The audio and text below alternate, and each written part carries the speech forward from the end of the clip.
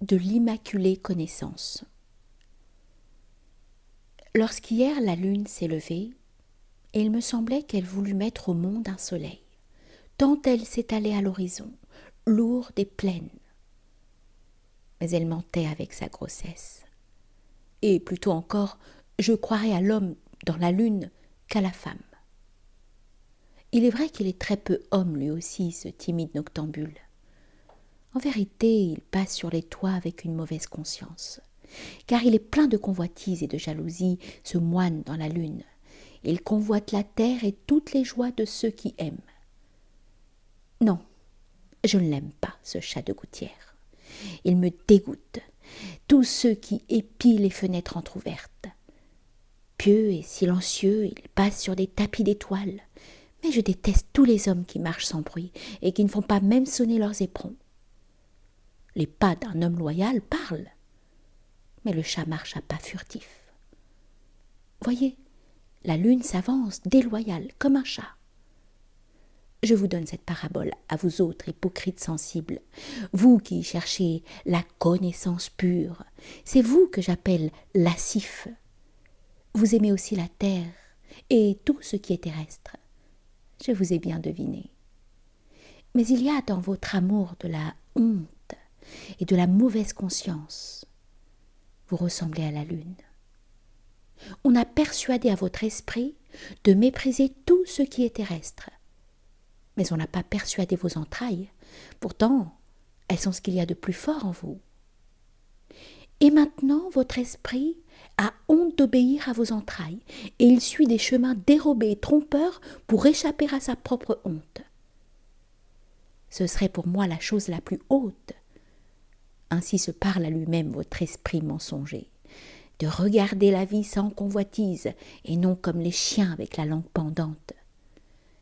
Être heureux dans la contemplation, avec la volonté morte, sans rapacité, sans envie égoïste, froid et gris sur tout le corps, mais les yeux enivrés de lune.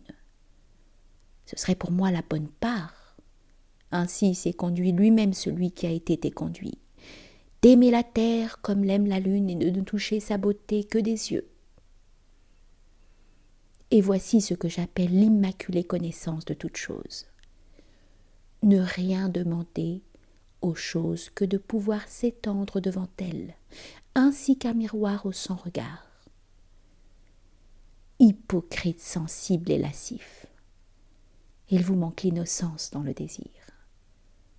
Et c'est pourquoi vous calomniez le désir. En vérité, vous n'aimez pas la terre comme des créateurs, des générateurs, joyeux de créer. Où y a-t-il de l'innocence ? Là où il y a la volonté d'engendrer. Et celui qui veut créer au-dessus de lui-même, celui-là possède à mes yeux la volonté la plus pure. Où y a-t-il de la beauté ? Là où il faut que je veuille de toute ma volonté, où je veux aimer et disparaître, afin qu'une image ne reste pas image seulement. Aimer et disparaître, ceci s'accorde depuis des éternités. Vouloir aimer, c'est aussi être prêt à la mort. C'est ainsi que je vous parle, poltron. Mais votre regard louche et efféminé veut être contemplatif.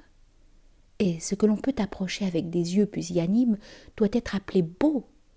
Ô vous qui souillez les noms les plus nobles!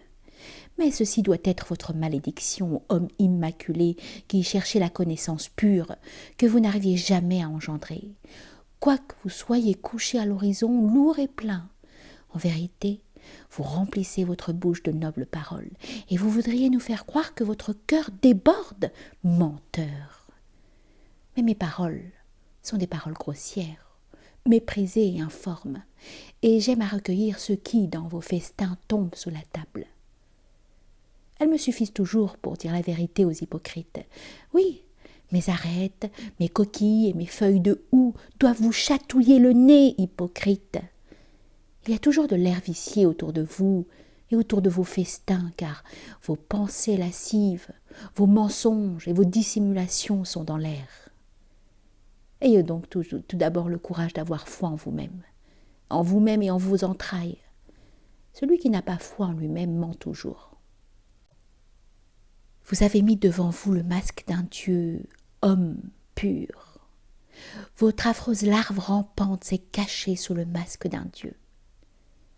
En vérité, vous en faites à croire, contemplatif. Zarathustra lui aussi a été dupe de vos peaux divines. Il n'a pas deviné quel serpent remplissait cette peau. Dans vos jeux, je croyais voir jouer l'âme d'un dieu, homme qui cherchait la connaissance pure. Je ne connaissais pas de meilleur art que vos artifices. La distance qui me séparait de vous me cachait des immondices de serpents et de mauvaises odeurs. Et je ne savais pas que la ruse d'un lézard rôda par ici, lascive.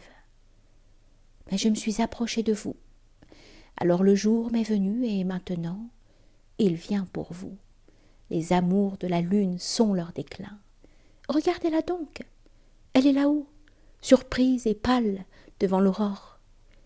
Car déjà l'aurore monte, ardente, son amour pour la terre approche. Tout amour de soleil est innocence et désir de créateur. Regardez donc comme l'aurore passe, impatiente sur la mer. Ne sentez-vous pas la soif et la chaude haleine de son amour? Elle veut aspirer la mer et boire ses profondeurs.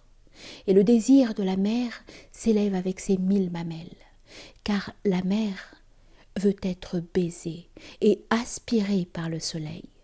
Elle veut devenir air et hauteur et sentier de lumière, et lumière elle-même.